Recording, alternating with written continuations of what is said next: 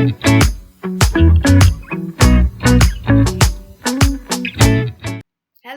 and welcome to another episode of Hank's Yarncast. My name is Casey and I'm the owner and operator of Hank's Yarn Parlour, a local wool shop in Belfast, Northern Ireland. I just wanted to start by saying thank you so much for all your lovely comments and feedback on the first episode. That's really encouraged me to stick with this. So I'm just going to jump right in first with a little bit of kind of shop update, shop news. The first thing is that this episode will be live on Saturday, the 21st of September. The shop is going to be closed the following week from the 25th of September until the 1st of October. I have a good friend visiting me from Canada, so I'm going to be taking some time off while she's here. We'll still be open on the Tuesday, so if after the weekend you want to dive in and get some yarn to keep you going for another week or so until I'm back, then we will be open Tuesday, so you can definitely pop in then. And I also want to tell you about some classes that are going to be coming up. So first one is on the 2nd of October, right when the shop reopens. And that is a autumn themed crochet amigurumi class. I don't have a sample, but I'll pop up a wee photo here. This is Emma of Flock Belfast will be running this class for me. She's absolutely brilliant, you guys. She's an amazing crocheter, very, very good teacher. So in this class, you'll learn how to make 3D shapes, and you'll get to make this little hedgehog and little tiny acorn to go with him. So that class is not for beginner crocheters. I just want to emphasize that you need to be able to chain and double crochet, but not much beyond that. So as long as you kind of know your way around a hook, if you've never tried amigurumi before or anything more complex than granny squares or anything, that's absolutely fine. If you can chain and you can double crochet, then that is the class for you. The next class is on the 8th of October. This one's a knitted one, and it is a little knitted pumpkin with cable. So this is just a fun way to learn how to cable if you've never done that before. It's actually fairly straightforward. There are two methods that I'll show in the class. So one of them is to knit it in the round, and the other one is to knit flat. So if you're not quite familiar with knitting in the round yet, and you've only kind of just started on your knitting journey, but you want to learn how to do cables, you can absolutely still come to this class. So that one is the 8th of October in the evening, and then the following evening, and this one is actually over 2 weeks, is our stranded mitten class. I've got another sample here as well. So this is a two-part class. It's on the 9th and the 16th of October. So you can come along and learn how to make a really lovely cozy pair of stranded colorwork mittens. So these have got some sort of Norwegian inspired motifs with the hearts and the snowflakes. Although I think in Selby tradition, these are called roses. And I've also added a little Latvian braid, so that's totally other tradition. It's a bit of a mashup. These are inspired by, they're not authentic Norwegian mittens. But it's just to learn a couple new techniques and make yourself a nice little cozy pair of mittens. These are a DK weight mitten. They knit up fairly quickly, and you get enough yarn in the class to knit 2 pairs. So you can basically knit kind of one that's your contrast color is here, and then you'd have enough left over to do the opposite kind of color for another set of mittens. They're quick, they make great gifts. So that is what's coming up immediately, and you can check out those and any other classes or events that we have upcoming on Hank's website, hanksyarnparlour.com, under the events tab, and that's also where you'll find all the details and the booking there. Okay, so that's admin-y stuff done. Now I can talk about what I'm wearing. So I have finished my Esther sweater, which I was showing you guys last episode. So last episode, I think I had the yoke, and I might have had one or two sleeves done. I actually don't recall if I had the sleeves done. I'm not sure if I quite separated for that. Yeah, I think I'd separated them but not had them finished. Anyway, just a reminder, this is what the original sample from Camillavad looks like.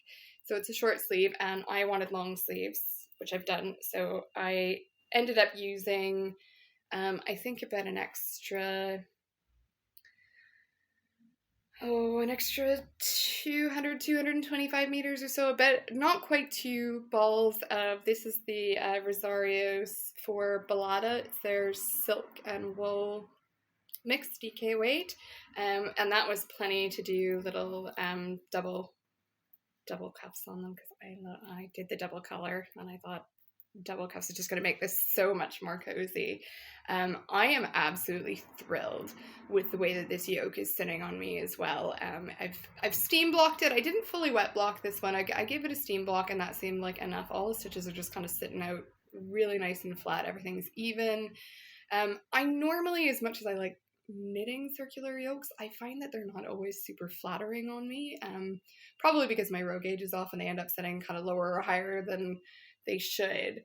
But this one is just kind of perfect. There is, I'll just stand up so you can see the whole sweater.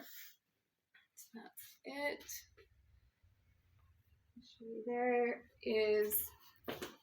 is some short row shaping just at the back here to sort of lift the back of the neck up, and that I find also keeps the yoke kind of level the whole way around the jumper. So it's sitting, the bottom of the yoke is sitting at the same sort of level the whole way round, more or less.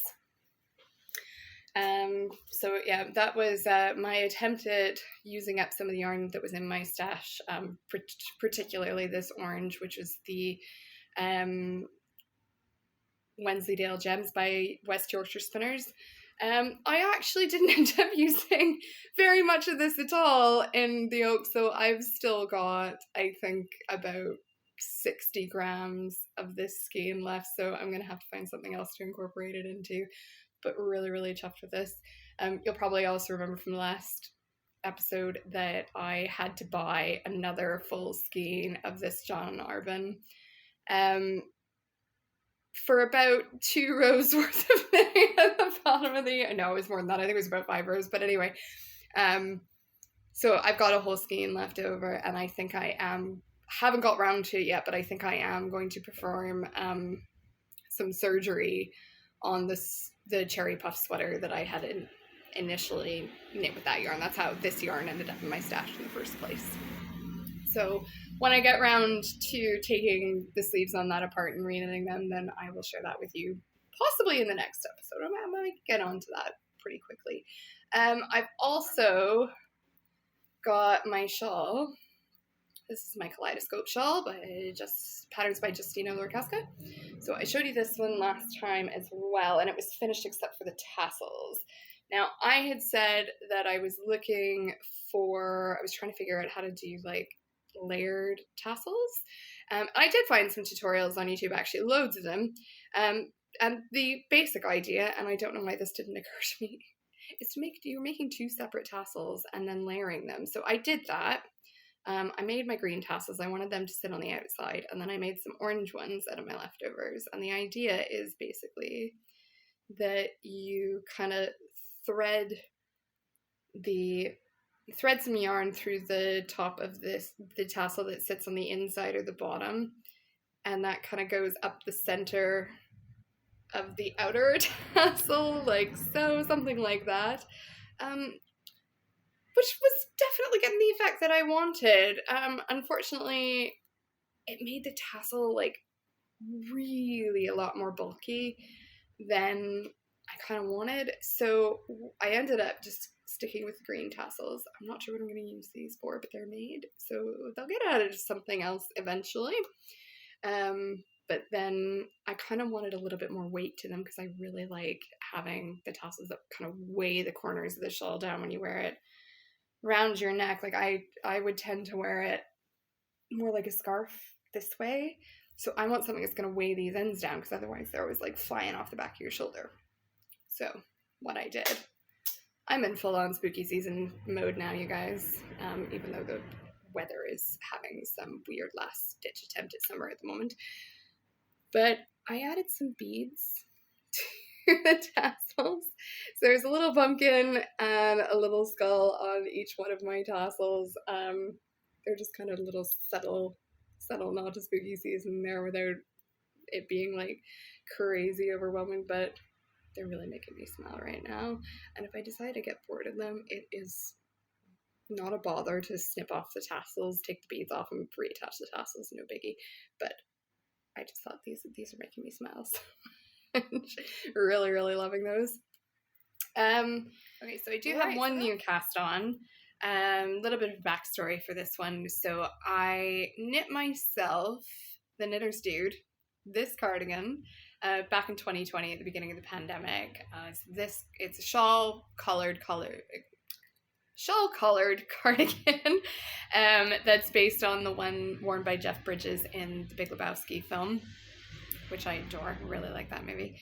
And ever since I've knit it, my cousin has been admiring it and kind of dropping subtle hints about how he'd like to have one, and I finally caved because it didn't really have anything else that I was quite ready to cast on, and I said, oh, you know what, I will knit you a sweater. Of course, he at that point went, oh, no, you don't have to. And I was like, nope, you've been harassing me for far too long. Even if you were joking, you're getting one now. So he picked out some yarn with me and I got started.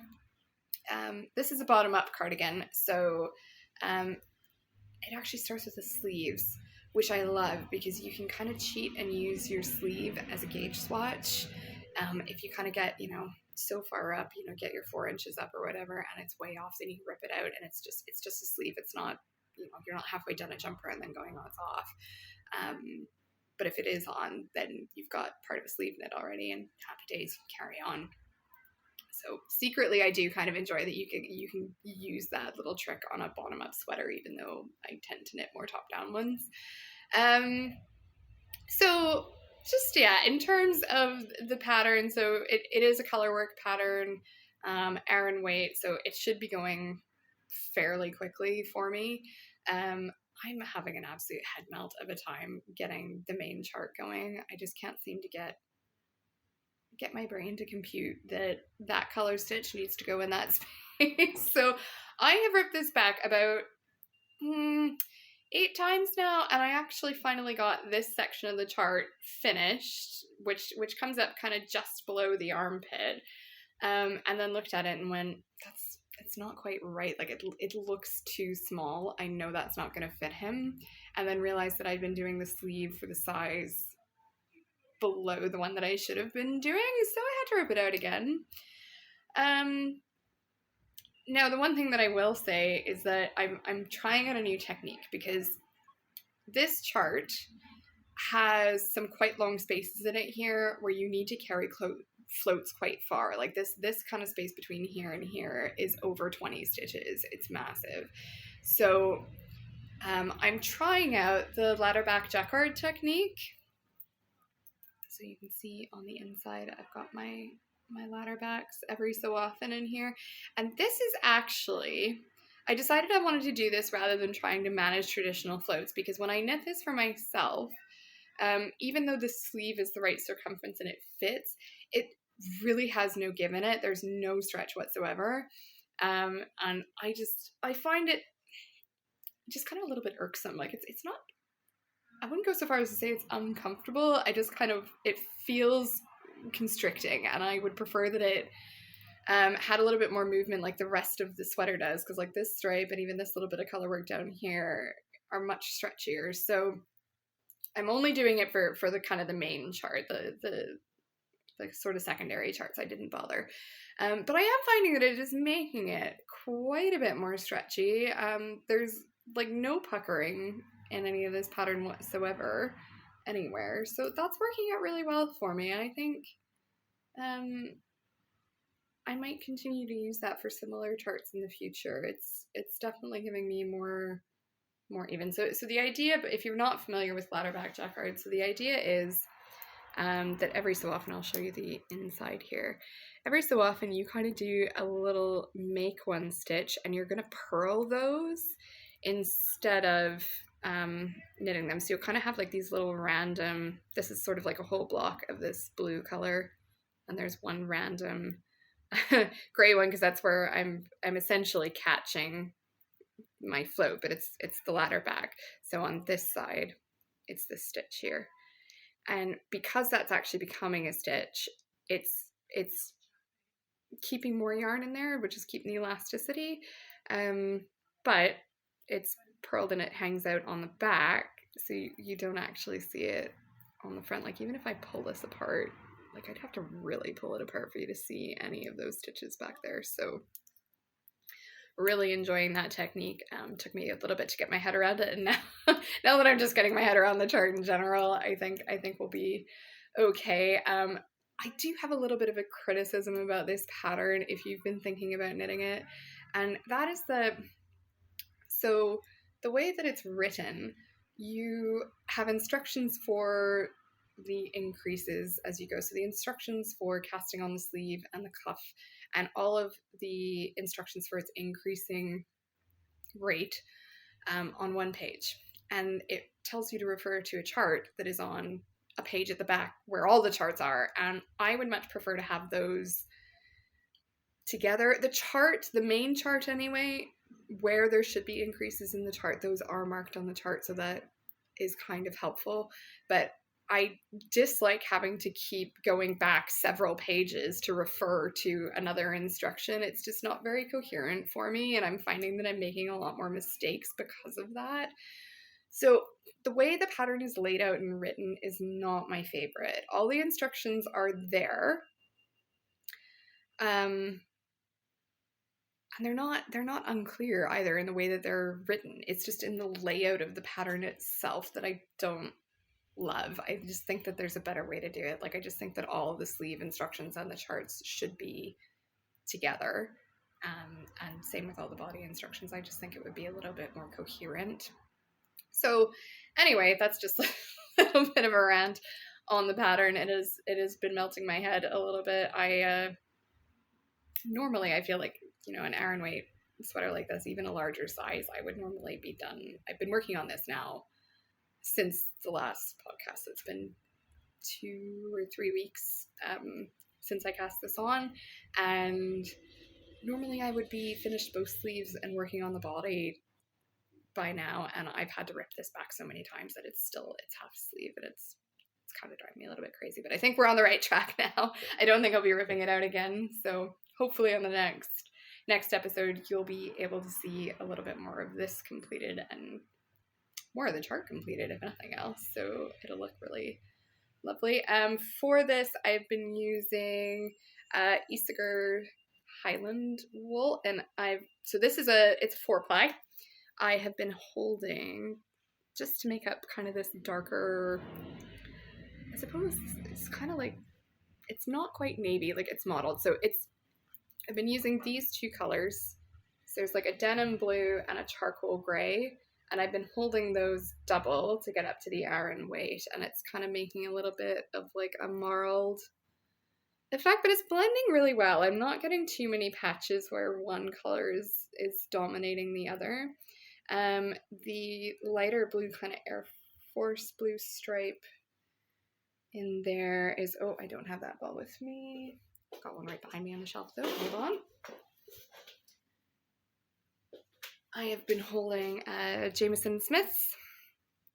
I've been holding double for that section. This is also sort of a denim-y mix. It's kind of marled in its own right as well. I don't know if that's going to focus, but hopefully you can kind of see that anyway. And then the gray, this one, I've only got a little bit left of this ball. This is actually left over from my own Knitter's Dude cardigan. So I had one skein and a bit left over, which according to the pattern should be just enough to finish the color work on this jumper. The only other thing that I'm thinking about modifying is I think that I'll add some pockets, I think, to this, because I wear mine all the time, and it's quite a heavy cardigan, so I usually wear it as outerwear, and I just wish that it had pockets in the front to stick, you know, your phone and your keys, your headphones or whatever while you're kind of out and about. So yeah, I definitely think that this pattern could benefit from pockets. So I will be adding some to this one, and I keep meaning to do some surgery on my own to add in some pockets. So maybe I will get around to doing that. I say this every year. I've been saying this since I knit this cardigan. Maybe this year I will get around to putting some pockets into that. So we'll see if that happens. So that's all the knitting that I have to share with you today. But I did have some requests for a bit of a shop tour. So I am going to go ahead and do that now. We'll just do a little transition in here quickly, and I'll show you around, show you some of the things that we have. Welcome to Hanks. So to start off with, we've got some mohair and Surrey alpaca. Whoops, sorry about the finger. There's also a great selection of pattern books for both knitting and crochet in the shop. And coming up on some sock yarn now, we have tons of different types of sock yarn, including some no nylon options. And of course, every time I go by the Aini, I have to give it a squish. It is super soft. And next up we have a rather depleted selection of hand-dyed yarns from Inspiring Yarns and Dystopic Fiber. There will be more of that coming shortly. If you're not familiar, the ethos at Hanks is to supply high-quality natural fiber yarns, so animal and plant-based fibers, which are ethically and sustainably produced.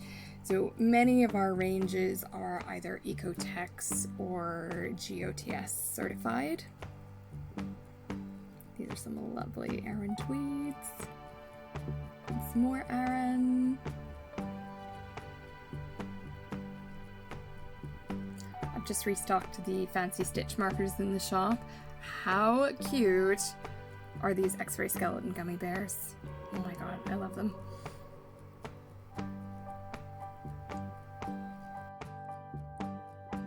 Some more notions here, and these gorgeous ceramic yarn bowls, which are made by a local potter. I've got a selection of cottons here, as well as a range of project bags. These are made in-house by me. And finally, I've got kits for the Buffalo Toque, Soak, my favorite wool wash, and some beautiful chunky merino. Alright, so that was the shop tour. I hope you enjoyed that. I just wanted to mention a couple of things that I forgot to mention in the admin at the start of the podcast. So, my Ravelry pattern, so last week I'd said that I was going to be releasing Ravelry patterns. That has launched, and thank you so much to everybody who has scooped up patterns already. That's great. I just wanted to let you know that they are buy one, get one until the end of September. So you can go on, you find our Ravelry page is Hank's Yarn Parlor. So you just throw that in the search and it should come up. So at the moment you can add any 2 patterns to your cart and it will automatically calculate the discount when you check out. So you get one, buy one, get one free. And I should be adding hopefully another mitten pattern by the time this podcast is released. So currently the pattern for the Hearts Winter Mittens are already on Ravelry. That's available. And this one, I just needed to do a little bit of an update to the PDF, just tweak a few things. So hopefully that will also be released by the time this episode is out, and you can find that on Ravelry as well. Also, I mentioned that the shop was going to be closed from the 25th until the 1st of October. And I just wanted to let you know that you can keep an eye out on your inbox if you subscribe to our newsletter or on our social media. There might be a little treat coming, online only exclusive, while the shop is closed that week. So you get a little bit of a deal, and it also helps to fund my little holiday. So please do keep an eye out for that. I also wanted to let you know that next time I will have Natalie of the Lolly Bay Knits podcast joining me. She's actually the person that encouraged me to start this, gave me the push I needed to start this podcast. So thanks to her. Hopefully you've enjoyed your time with me today, and if you want to see that podcast, do remember to hit the subscribe button so you get a notification when that's published. And if you could hit the like button for this podcast as well, that would really help me out. All right, thanks so much for joining me, and I'll see you next time.